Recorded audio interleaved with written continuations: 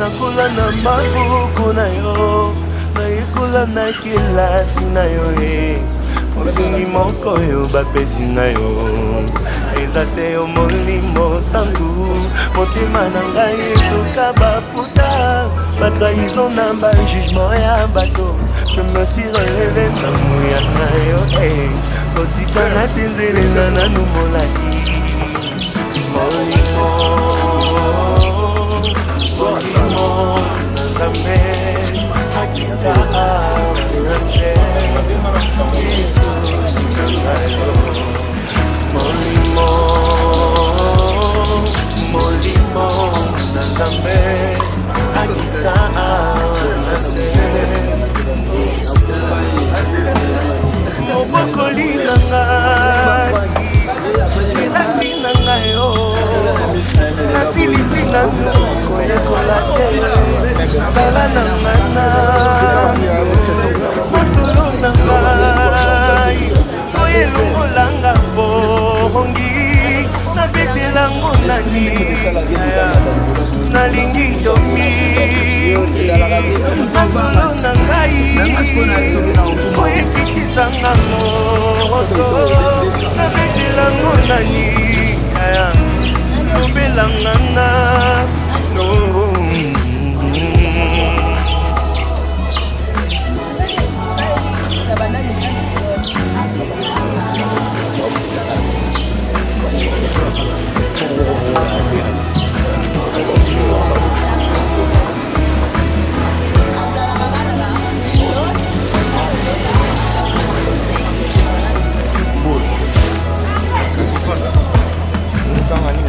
My God, molimo mosantu azomema biso na dimension moko yo mayele ya bomoto ekoko explike te moto akeleli asundolami afingami azangeli me ozomona moto yango azolala na kimia azolamuka na kimia molimo mosantu azomemela biso kimia oyo mokili ekoko explike te yo nalingi lelo otombola maboko emba makasi elongo na ngaloba nazelaka yo loba lisusu nazelaka yo encore plus fort dans la caillou. Maïlo, on la coupe sur la main.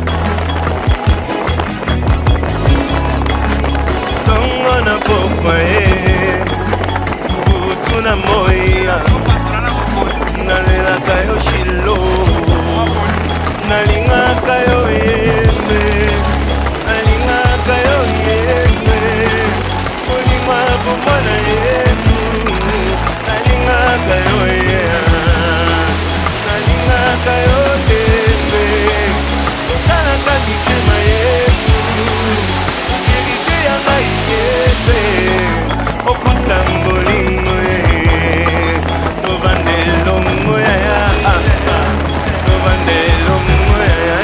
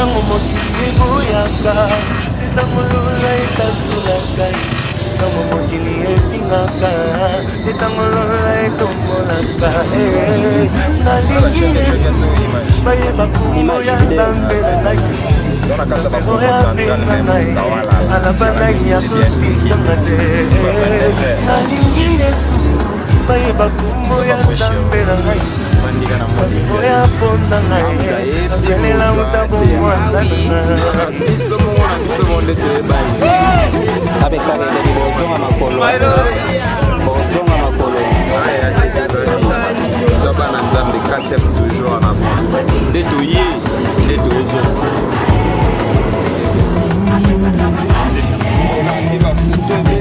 J'ai envie de pousser le cri de joie, my God.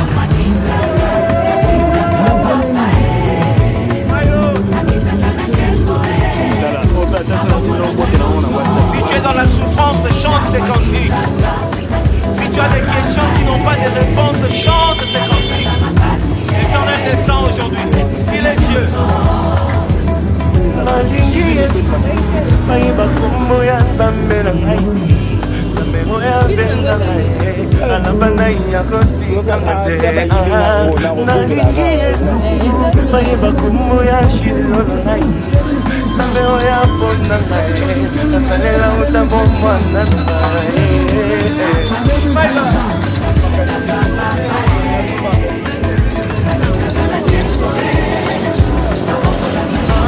ntango makitaka na eklesia papa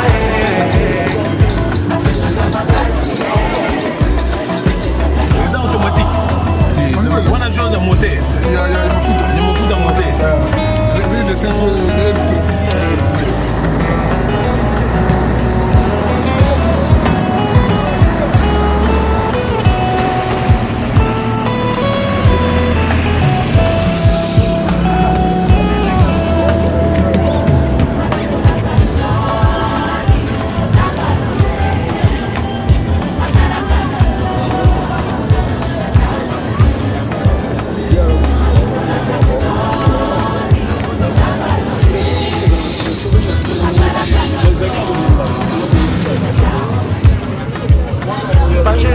tango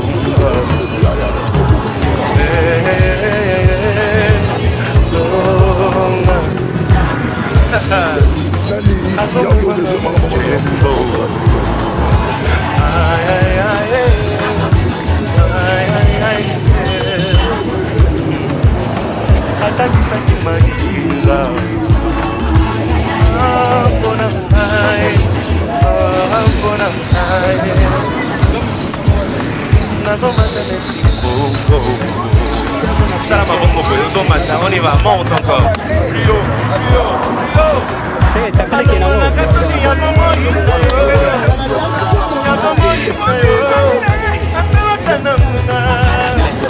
Joël Noël, condamné à vous tous. Suivez de partout, je suis de partout, toujours à votre service. Pour Nabana, nous avons Congo central, précisément dans la justice à Bukaya, depuis notre petit Kabilo pour un centre de santé.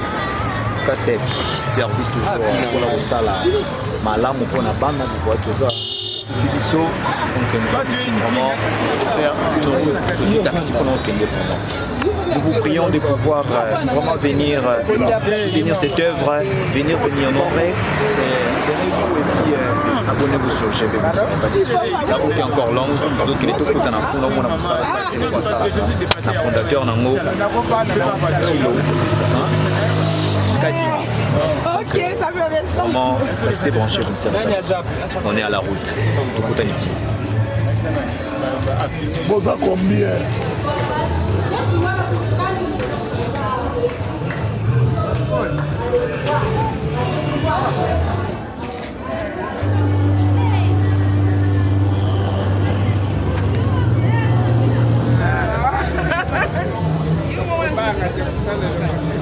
Vai ali, Bolsoca.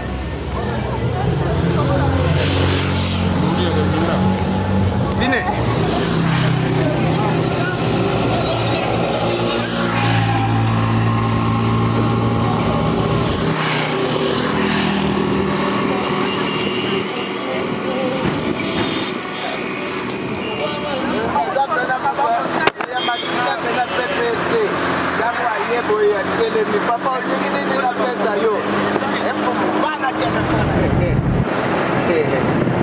telefone alongoli kuti nisini bapesi ye na basili tala nano liboso ndako yango bali kutoloba kele tongelanga ndako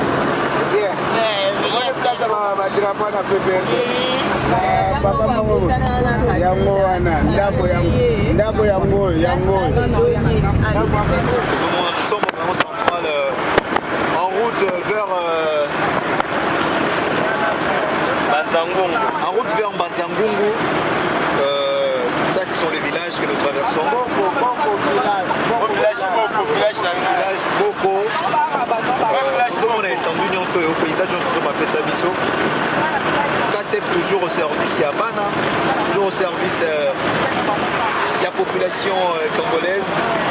Toujours pour nous ça va tout sourire, on va vous ça qui pour nous parce que vous le savez très bien, Bana Bazali héritage oyoyo. Parents soit le seul héritage que nous avons sont les enfants. Alors Bana il faut encadrer, Bana il faut que avoir une condition Bana il faut toujours côté la soins de santé na bango, éducation na bango et pourquoi pas aussi vie na bango sanitaire.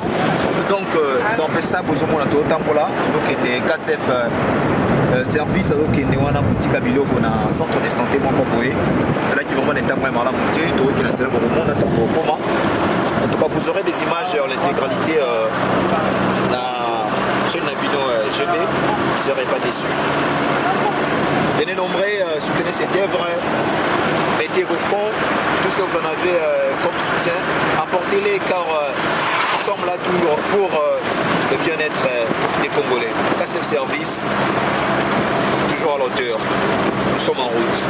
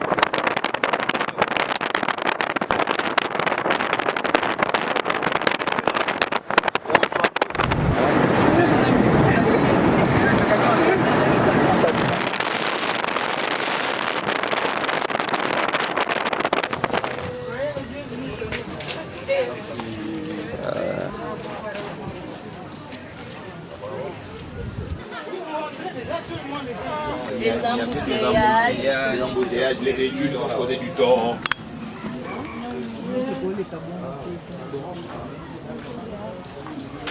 Bonne année, toujours joyeux Noël. Nous sommes arrivés déjà. C'est à côté Kibino que KCF service c'est toujours un service à la population. Pour nous sommes le centre déjà.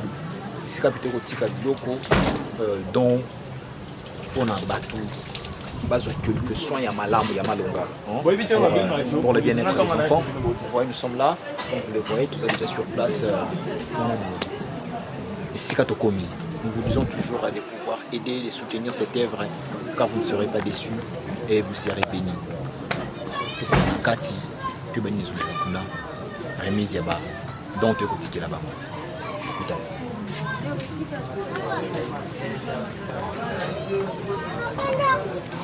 Ce n'était pas facile pour nous. Vraiment, depuis hier. Mais qui j'appelais au téléphone? Je ne sais pas.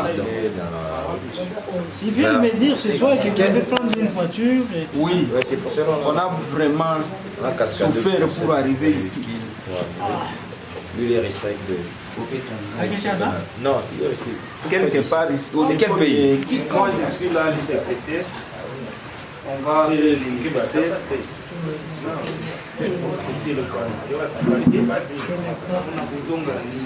Comme ça qui sont rapport par rapport à l'état de lieu, par rapport à la condition de travail ici. Nous sommes membres tout le monde. tout le monde, qu'est-ce qu'on peut faire aussi à notre niveau pour tout ça, la plaidoyer, bah, partenaire dans l'ISO, et puis tout créer un partenariat et on commencera à travailler en collaboration sur la nécessité. Si moi, Nandé, tout président Yebisa Kibiso, on s'est mobilisé pour tout ça, dans le premier pas, tout y a comme moi, membre, on a payé SICA, d'habitude comme tout ça là, et puis on va faire aussi rapport à nos partenaires Nabiso au fur et à mesure que le partenariat est fonctionner. Tout le monde quand même état à centre par rapport à le président Yebisa Kibiso. On a vraiment que tout ça dans l'obligation pour Sunga, dans l'obligation pour assister Lino. Comme vous avez, je pense que c'est l'unique centre où ils ont contré. C'est bon. ça un peu. En tout cas, merci aux élites, toute la fête de Noël que les Guissiens ont. Là, dans la présidente, ils ont expliqué à l'ambition que il y a des abos, tout le monde est moins exact. Tout le monde est aussi Koloba. Pas si Kotoyo, tu remarques qu'il y a un an. Il faut toujours le mot bête, mingi. Beaucoup sont là tout le temps là, beaucoup monde n'a pas condition de ça. Mais vraiment nous sommes tourmentés ici. Les femmes viennent, oh il y a, beaucoup monde moi moi baïe na ida da awa. Donc président a dit on a biso kuto ça. Même le biso président comme on a yana. La béni na bitozo il y a le 25. Oh, le biso a on ambazango nous vivons avec ces amis là, des partenaires. Ceux qui partenaient la première trio, vraiment, mais nous allons commencer par essayer de visiter un peu les conditions pour lesquelles tu travailles à Awa. Bongo, tu continues. Est-ce que, à part KCF, oui, il y a encore d'autres ONG pour la aide? Bon, pour le moment, ONG Moga Yaki, World Vision. Il y a une vision full. Poubelle, incinérateur. À côté de ça, nous nous débrouillons nous-mêmes. Nous avons toujours ONG mon côté et World Vision incinérateur. Avec le prix au il y a comme maternité, avec votre village, ça se passe comment? Ça avec difficulté, tôt et les cacanons bien. Là, je peux parler. C'est un centre de santé. Le départ, c'est la zone de santé. Dans notre zone de santé de Mbanzangou, nous avons des centres urbains. La zone est urbano-rurale. Donc il y a des centres urbains et il y a aussi des centres ruraux. Alors ici, nous sommes dans l'aire de santé, à Téné.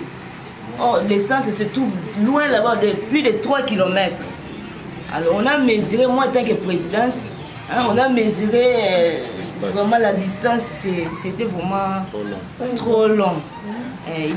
La population ici n'avait pas accès aux soins de santé primaires. C'est pourquoi, comme papa l'avait bien expliqué, c'est pourquoi on a eu cette initiative d'implanter un centre de santé communautaire ici. Alors par rapport au prix, on a opté pour les centres de santé d'État ruraux. Les centres de santé ruraux, parce qu'il y a deux tendances. Il y a le prix pour les centres de santé d'État urbains et les centres de santé d'État ruraux. Voilà. Donc les centres de santé privés ont un autre tarif. Nous avons pris textuellement le prix de l'État. Donc l'État pour aider la population avec d'autres, parce que l'État a des partenaires comme l'UNICEF et consorts. Alors on nous a obligés de suivre ça et c'était ça notre volonté. C'est pour un but d'aider la population. Vous trouverez qu'il y a des femmes qui viennent accoucher, donc il y a des pour moi la matela toujours opta système que tu sommes moi matela ya muke pour ce moi na subi et que comme ça tant to tanda et kauka mais sur il y a volume il faut donc couvrir avec un sachet là. Donc voilà un peu ce que nous sommes en train de souffrir. C'est ce qui président Kadima et ça qui est passé à Monaki va conduire tout ça pour travailler là. C'est beaucoup de boyaki na tongo mais vraiment vous ni bana na batune bayaka. Bon, on devait arriver à la fête. On a connu quelques embouteillages, c'est pour cela. Parce que nous, on était des passages. Pour arriver ici, le premier jour, on passait, parce qu'on a... On était dans le groupe. Ouais. On a une concession ici. Donc on passait pour aller voir. On a vu des enfants, ils étaient bâtis. Et puis maintenant on venait juste assister pour trouver la solution parce qu'il y avait quelques disputes. C'est pour cela qu'on est venu. Mais l'état qu'on a trouvé ici, à l'intérieur, non, ça nous a vraiment touché. Et c'est pour cela qu'on a parlé même avec Madame Matondo. Ouais. Parce que les gars qui étaient ici, on l'avait appelé, non par rapport au prix, quoi. Vu qu'on était des passages, on a parlé avec elle et puis allez. On s'est dit que non, on ne peut pas laisser comme ça. On a vu de l'état. Donc, des gens qui dorment dans des kitikois, là, je ne sais pas. C'est vraiment... Et en plus de ça, sans vous couper, je ne vous ai pas complètement répondu. La tarification, c'est ça qui nous bloque. C'est-à-dire, quand vous donnez la facture, elle vient, elle accouche, vous l'aidez. Nous avions des petits dents qui étaient là, mais c'était déjà foutu, parfois ils s'emportent. Elle accouche. Vous la retenez de ne plus partir pour qu'elle puisse payer. Elle trouve ça bon. Parce qu'elle vient du village. Je dis non, je me retrouve dans un petit lit là, même si elle a été. Pour elle, elle trouve ça bon. Avant de naître, na tongo, que parfois vous savez la zongi na ya oui. Donc nous devons lui chercher. Après quand nous verrons, nous atteignons une semaine, 2 semaines. On dit bon allez, qu'est-ce qu'on a. Alors, quels sont vos amendements à l'État? Parce que c'est l'œuvre humanitaire, oui, c'est bien. ONG, comme ça, la don, Denis Alakame, ou à Zoko Andrea. Mais, Azoyo Kabiso, tu y es, ça a payé. Dernièrement, centre de santé, on a pour tout, c'est un gars qui a pas dit que tu as vu ce Mizakaka, Mukende, tu as vu les Amusika. Donc, Koto Yope, il faut centre où ils ont un peu modernisé, où ils ont modernisé le matériel, pour plus de matériel, les athées. Où ils ont adéquat, où ils ont dit que c'est la bateau comme il faut, les athées. Nous avons parfois nous sommes bités parfois à un problème de transfusion, par exemple. Nous ne sommes pas permis de transfuser. Et quand vous sentez un enfant qui vient, dans moins de 5 minutes, si vous te transfusez, le temps que vous avez, plus de 3 quand nos enfants connaissent ça. Parfois les infirmiers disent, papa, mais faut tout zonga, non, on nous a dit de ne pas transfuser. Papa, nous zonga. Tant quand on y a à l'hôpital, c'est tout ce temps-là, c'est plus d'1 heure. Alors qu'on pouvait bien transfuser après 10-15 minutes, l'enfant se retrouve. Mais c'était ça, donc nous devons maintenant négocier avec l'État de nous permettre de faire toutes ces activités-là. Et encore, nous donner le matériel et le médicament aussi essentiel. C'est ce besoin-là que nous avons transmettre auprès de l'État. Pathologie par rapport à patients ou la continuité à centre de santé d'État. Nous sommes dans la zone de santé primaire. La zone de santé primaire est un plateau technique obligé ce qui est commis, par exemple, pali grave, ça ce n'est plus ici. Ça, là, il faut référer. Oh non, moi n'a pas tout ça, il faut côté pour la prise en charge. Donc ici, la prise en charge est vraiment limitée. Dès qu'il y a moyens d'évacuation, moyens comme moto, il y a vraiment ça se fait par la moto. Moyen d'évacuation jusque-là, il faut vous transférer. Qu'est-ce que nous faisons? Essayer de trouver une voiture taxi ici. On a une intervention. Il y a beaucoup d'insécurité. Beaucoup de taxis. Si tu es taxi, soit une femme qui a déjà commencé le travail, l'accouchement, beaucoup de gens dans la moto. Et dans le cas, on réfère déjà à partir il y a CPN. Pour que nous sachions, par exemple, moi c'est sur la zone déjà mairie. Voilà, CPN, il faut qu'il nous relande là-haut. Ici, place hôpital à Mounel. Par exemple, à cause de la quand on trouve que ça ne va pas, on réfère. On appelle ailleurs, à suivre, à qui. Voilà ce qu'on fait ici. Donc, c'est pour compléter, papa, dans l'État congolais, il doit soigner. Parce qu'il peut prôner aujourd'hui que non, santé maintenant, ok, non. Ça, par exemple, aussi à 3 km, quand pour la population a soin à nous avons des difficultés ici, parce que nous, on n'a pas besoin de s'enrichir. On est là seulement pour le bien. Alors, ceux qui l'État sont en charge, par exemple, même en gros, même 5-6 infirmiers.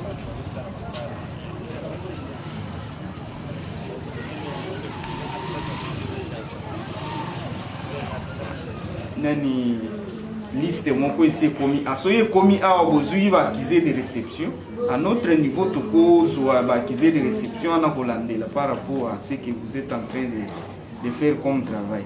À chaque fois soki bozosala baplaidoyer kuna même koimpliquer même les autorités les autorités même badéputé na bino boza na devoir ya kobengisa bango leur dire vos problèmes vos besoins parce que tango bayaka po voter bango ils vous donnent des promesses que ils vont résoudre vos problèmes vous votez bango bakei après il y a quoi? Donc, il faut vous allez na initiative wana ya kobengisa bango à tout moment na ba vacances parlementaires na bango ya bozo solola vous leur montrer aussi ba difficulté na bino à leur niveau ce qui va influencer l'état ba ko prendre ba initiative mususu mais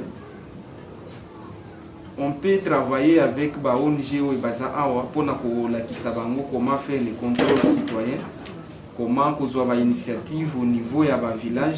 On peut vous aider na ba ONG suko papa lobi ke aza coordonnateur pe ya ba ONG ko pesa ba initiative ko travailler na biso ensemble pour développer dynamique communautaire. Quand il y a un problème, c'est tout le monde qui vient pour assister pour donner la solution.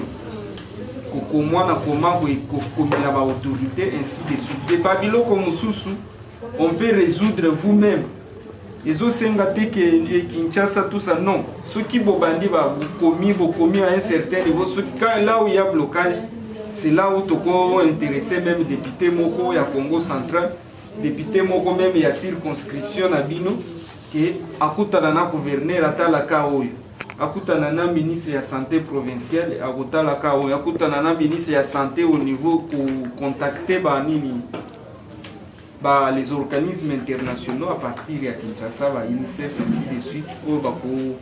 Mais l'initiative, il faut binomo kobo bande. Parce que vous, mais ceux qui sont interpellés, ceux qui sont combattus, ceux qui sont sala plaidoyer, autorité à koye bandengeni, autorité à koye bate. C'est ça, nani.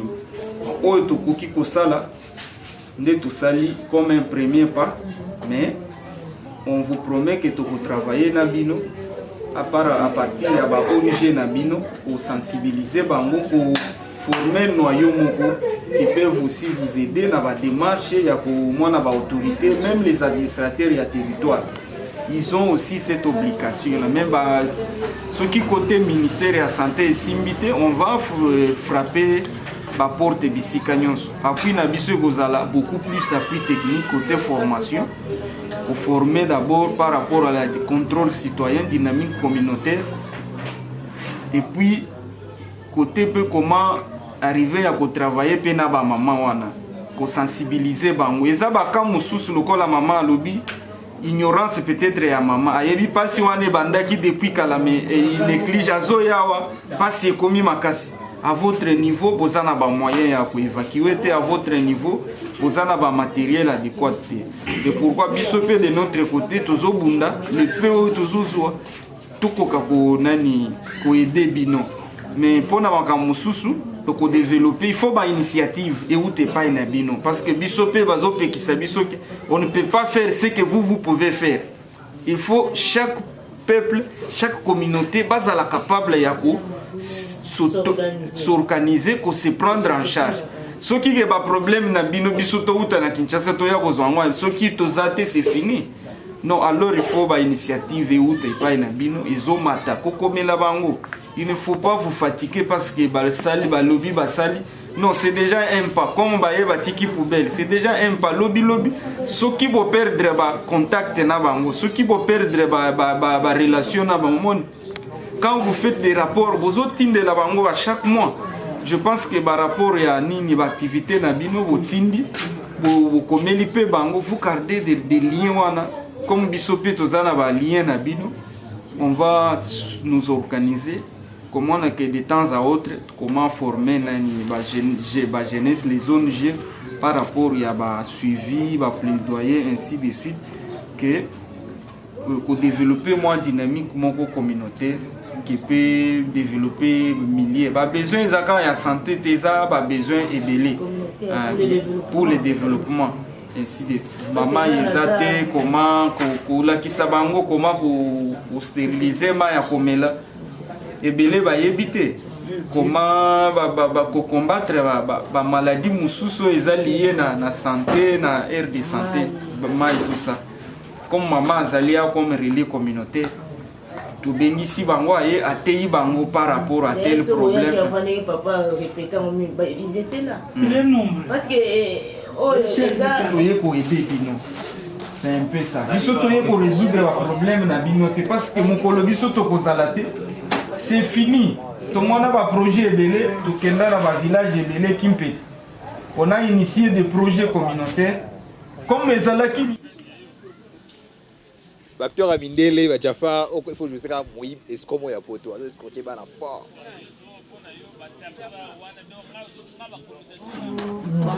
Cette femme a accouché il y a. Au bout de ça fait 2 semaines. Une semaine. Une semaine. Je pense que les autres, ce que moi, je suis sûr que avant même de comme à 0 heure, nous sommes rien à Ekaka. Donc, quand nous sommes sur la Kabambo, je vois que moi, je suis bambette au Yabaya, pour te banner, il y a un peu de sorte de bête au Tobadé la Kizakuna, ma baille, ma nzete, ma kitipal. Donc, c'est la salle la plus propre, la plus modérée ici. Oui. Donc, tant que les côtés, oh, maman, yo, ici c'est quoi, maman infirmière?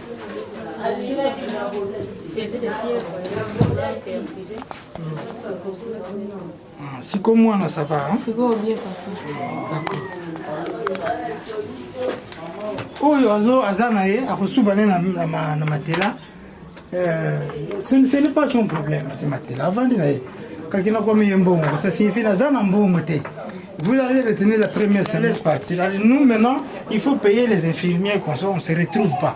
C'est comme ça, ce sont les difficultés que nous avons ici. C'est vraiment un centre de santé purement et simplement de proximité, qui a été presque monté par la communauté. La communauté est là. Nous sommes très très contents de pouvoir faire connaissance avec Kadima Service Foundation. Nous sommes très contents. J'espère bien que Dieu fera encore sa grâce pour que nous puissions de plus en plus travailler ensemble. Nous continuons jusqu'au fond. Merci. On continue la visite de l'hôpital. Là, ce sont des lits. La maman vient du village, donc l'enfant fait pipi. Ce n'est pas son problème. C'est comme ça que tout est occupé. Nous utilisons ces lits. Tantôt, ils dorment à deux femmes, deux accouchées. Ça fait mal. Et la maman, dans ces conditions. Elle va vous faire un beau bébé, mais que vous devez faire dormir ici. Parce que ce qui se passe chez nous ici, la maman vient avec une seule pagne, ou soit deux, ou il y a autant d'années toko, ou on a fini. Et puis c'est tout. Et nous on est là juste, on va débarrasser de ça, on va vous débarrasser de ça parce que là c'est vraiment... On continue. Nous avons plus de... En tout cas, par mois, je ne sais pas, tu peux donner l'effectif, vous pouvez faire combien d'accouchements ici? En tout cas, pas moins de 7 ou 6. Par mois? Par semaine, parfois on peut trouver 4. Ils dorment 2 par lit. Oui. Donc, c'est la situation ici. Il y a le médecin chef de zone qui nous a promis que vous êtes un peu asphyxié là-bas. Nous allons créer une aire de santé là-bas. Comme ça, peut-être on va voir de quelle manière il faut l'aider. Mais quand ma Service Foundation vient d'arriver, nous sommes très contents, très joyeux. Ok. On va travailler ensemble. On va vous aider aussi. Nous avons prévu même des mamans qui ont accouché ici, dont leurs enfants ont grandi et consommé. Mais comme vous avez entendu, la pluie, les gens sont tous partis. Merci. C'est bon. Voyez-vous?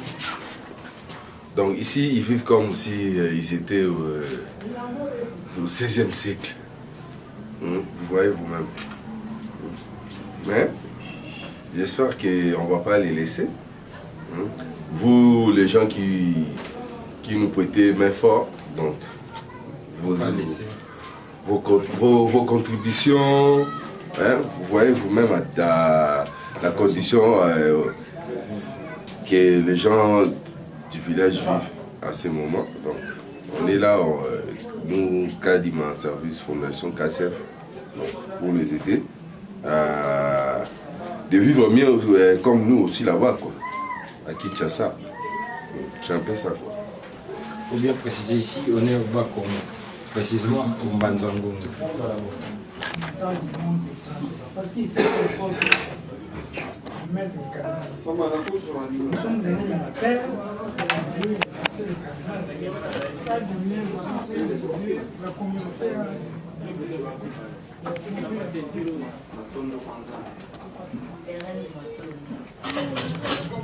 Je crois qu'on va faire un programme. Les images ils sont là, si vous en avez besoin peut-être par Bluetooth, il faut vous envoyer. Les chaises, on s'est installé ici. On a installé les chaises. Là, ça dérange pas. Par YouTube. Cette maman, maman, où tu es? Elle est partie.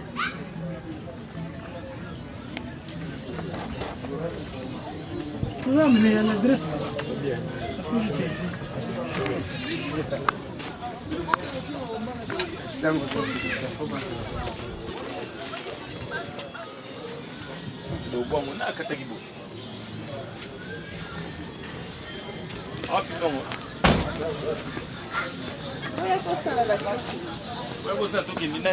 Madame, allez, bougez.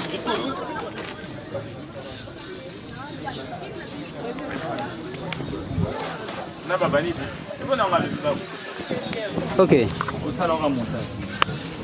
Madame, toi tu t'en vas.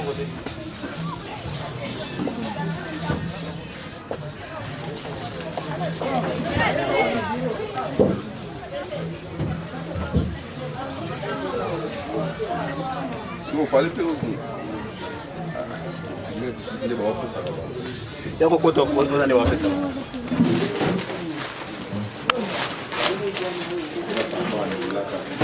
Aussi, bah, sinon, putain, on va faire ça.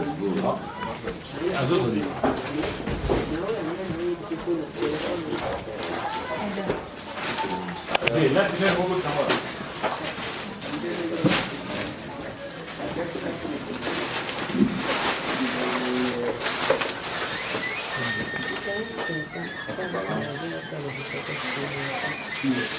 Et ça, c'est la balance. C'est pas la remise na biso symbolique par rapport à besoin à centre Matondo. On a trouvé qu'on a beaucoup de besoins, ils ont beaucoup de problèmes à résoudre. Mais nous sommes venus faire d'abord le premier pas pour assister Bango. Ils ont un centre de santé urbano-rural, ils ont en plein village. C'est pourquoi Tobundi de nos forces, Fondation Kadima et puis nos partenaires Nabiso pour nous d'abord les premiers gestes pour appuyer Bango, pour aider Bango. Mais Tokotika Bangote, nous allons venir de temps à autre pour notre salle d'activité pour assister Bango, appui technique, appui matériel, ce qui est allé Toropesa Bango. Je pense que eux ils allaient remise symbolique pour nous partenaire Nabiso, pour nous collègue Nabiso ya Moussala ou Tosala Kanabango, que voilà quand même Moussala ou Tosala par rapport à ça. Nous avons besoin d'un soutien Nabino pour nous appuyer Kadima Service Fondation. Parce que l'initiative Nabiso est alliée assistance humanitaire. Nous avons Moussala et Belé à Kosala par rapport à notre communauté, par rapport à village, par rapport à Congo Mobimba vraiment. Nous avons besoin d'un soutien. Nous avons besoin d'un soutien na bino vraiment tokopesa pe bandeko na biso ya centre maloba baloba pour un mot d'encouragement et pas ya ba partenaires et pas ya ba membres na biso qui se sont sacrifiés pour baya bonjour monsieur. Tout le monde est toujours Fondation Kadima Service toujours près de la population. Alors, les Lobozan à Congo central, précisément dans le village, il y a Loma, dans le district il y a Mbanzangongo. Vraiment, il y a beaucoup de dons humanitaires de développer ça. Dans le centre de santé Matondo. Bon, premièrement, merci pour la parole. En tout cas, le jour à Liboso, parce que souvent, on passait tous les gagas Toujours à Liboso, pour le Rokoma Awa, il y avait une dispute entre Bana, Bundaki, Basoki. Vu qu'il y a deux familles qui ont moi compréhension, et on ne pouvait pas. Donc, le bus déjà la population, et on ne pouvait pas passer comme ça. Les toya qui assistaient à un problème, moi, on a moi paix, les toya qui pour résoudre des problèmes, moi, mais condition que moi, il va tout bazar et déranger les bisous. Parce que tout le monde qui a vivre comme si dans le 16e siècle. Tandis que déjà, le monde a évolué, on a eu à parler avec madame, c'est ça qui vraiment précision bien test qui est mais vu que tout cela il y a un toit qui a c'est ça qu'il y a comme ça message et aujourd'hui on ne pouvait pas collecter ça bon on est venu quand même pour se présenter ça ici c'était la présentation pour tous en là tout travailler là en partenariat parce que par exemple même objectif donc on est là tous en là je crois que si on a pour battre le village pour tout bas dans la guerre. Bonjour papa. Bonjour. Bandeko bazola na bani bai baozanga na kati na centre de santé Matondo. Ça na ezanini pe par rapport à badon oyoyo quelques mots de ta part ezanini. Quand nazali initiateur ya centre de santé Matondo, vie ya makambo ya vie ya population awa. Tozwaki makanisi na mwasi na ngai mama ya Matondo. Ngai papa Matondo. Alors tozobunda na ndenge boye kokuta biso na ndenge bomoneli centre de santé ndenge ezali bomoni bamalade ndenge bazali vie tozali komene na bamalade awa oyo tozosalisa bango c'est dans un but communautaire ndenge souci na bino ezali ndenge mpe biso souci na biso ezali tomeka ko namoni esali bino mpasi natalaki papa oyo ntango nazolakisa ye mbeto ezosala ye mpasi mpe yango wana biso toza komona ndenge bamalade baza koya bakushe bazali koya tosepeli mingi quant à bakado oyo pesi biso ezali bakado moko ekomeli biso na ntango oyo toza nango besoin makasi nzambe nde atindi bino bato ya fondation boya kotikela biso bakado oyo tosepeli acte bosali ekoteli biso na motema biso na communauté mobimba tosepeli mingi mpe likambo motuya epesi biso esengo bokotika biso te tokotikana te tika ete tobunda nzambe asunga biso mpo tosalisa population oyo ezali kosouffrir na quartier oyo ezali mwa zone moko périphérique koto eza ndenge wana nayebi te soki mama akoki kokomplete mpe ngai. Excusez oza médecin? Nazali médecin te, je ne suis qu'un communautaire. Nazali président d'une association sans but lucratif où il y a plus de 150 ménages. Maman pe azali présidente de la communauté de l'aire de santé ya koto nyonso. Donc to yebani mingi koto so comme ça tout ça dans un but communautaire. Nazali pe journaliste. Maman pe azali journaliste communautaire. C'est ça na radio. Est-ce que vous attendez un retour par rapport à œuvre humanitaire au PC et population il y a village Oyoyo? Mon cher frère, le retour, nous allons l'attendre à qui? Chez qui va nous donner le retour? Tout ce que nous faisons, c'est de vous remercier que nous puissions continuer. Les retours, personne ne nous les donnera. Parce que vous avez remarqué que nous travaillons juste pour des sacrifices comme vous venez de le faire. Vous n'attendez pas un retour. Nous non plus, nous n'attendrons jamais de retour. Bonjour maman. Bonjour. Vous êtes la dame à Monsieur Matondo, l'initiateur du centre Matondo, centre communautaire. Alors, dans les soucis qui pour bien la communauté, quels sont vos mots par rapport à l'œuvre sociale KCF Aye Kosala comme don Katina centre de santé? Vraiment, nous remercions sincèrement l'ONG, c'est Kadima Service, vraiment, c'est pas n'importe qui. Il y a beaucoup de gens qui passent par ici, mais ils ont passé à la population, pas à nous, mais à la population de ces coins. Vraiment, il y a par rapport à la place à l'olala, il y a des malades, il y a des moustiquaires, il y a des balances. Vraiment, il y a de remercier Bino Formatika Nzambe à part la Fondation Kadima Service et qui est le J'ai trouvé juste la liga, juste ajouté parce que maman fois ça, elle a vu sur liste parce que photo liste il y a qui si ils ont à salir réquisition pour obtenir toki pour téléphone et sous la paix ils ont et ça là ils sont bien. Il y a aussi les impressions de Ok. Je vais vendre Oui.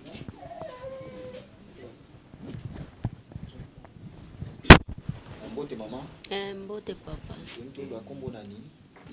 Mama Tondo wa Nzambi. Tumoni wawa kati ya centre de santé Matondo. Oyaki kobota to kaya maladi. Na yaki kobota. Akia yo kutinde ni bayamba kyo ndenge ni. Mbongo ezate. Mwaena bimezate. Banda na bota ki nazofanda ka awo. Bongo combien? 35 000 pour moi na belaki. Alors le kono boki koloba pona bato basala ki musala oya kocha centre de santé pembe na bino koni sungabi. Po topesi merci pour musala oya saleli biso eza malamu. Po soki oza na posa kobota moyo kende musika ezate oyeka awa. Alors KCF service fondation Kadima et pona kopesa ba don comme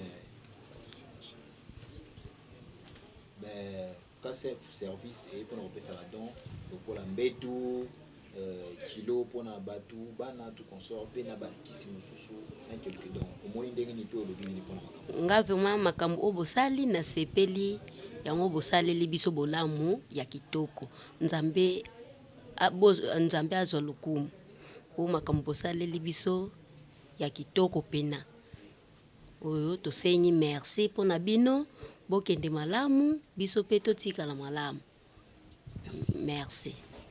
Alors fondé Michaud par rapport à quand maman tout côté awa waza vraiment difficulté à kobima 35 000 pour na abima l'hôpital ezate KCF alobi pour na. Bon, eza pasi komona bakaboe mais tala maman botel biso mona kitoko mais va retenir awa pour na 35 000. Nous KCF nous prenons en charge surtout foutre la maman bon et puis ba libérer à kino za na mona ndaku. Donc c'est un peu ça quoi. Alors maman KCF ndimi ko futa bongo wana oyo bakangela kiyo pona mwana olobi. Nasengi merci. Merci. Au revoir. Chers internautes, meilleurs vœux à vous tous qui nous suivez de partout, plutôt. Binonyo somande kubuzili bakakolanda biso na GB Génération Beni HD TV. Lilo toza awa toujours na musala malamu o esa la kabino ndenge toyebisa kabino toloba kaka tokoloba pona bien communautaire tokotika koloba te tokotika pete pona bino toujours bozala informé pe mona misala oyo baimboka ya Congo baza kosala pona bandeko na bango ba congolais baza na ba problème. Alors toza awa wana province ya Congo central ici kwa pi KCF service aye pona kopesa ba don humanitaire na ba paysans na ba villageois au baza ko passer ba moment très dur vraiment ko vraiment ya ba difficulté makasi toza na centre Matondo na kati ya province ya Congo central na territoire ya Mbanzangungu na village moko vraiment na kati esika oyo ba ko sala musala pona ko pesa bandeko o baza na ba difficulté là vous voyez le centre ça vraiment na état moko ya malamu te. Alors KCF ndenga sala ka musala toujours apporta ka bango na mutema pona ko sunga ba oyo bazangeli pe ko zonga sourire na ba oyo ba bungisa ki sourire wana botu ko mona ndenge tué descente biso déjà.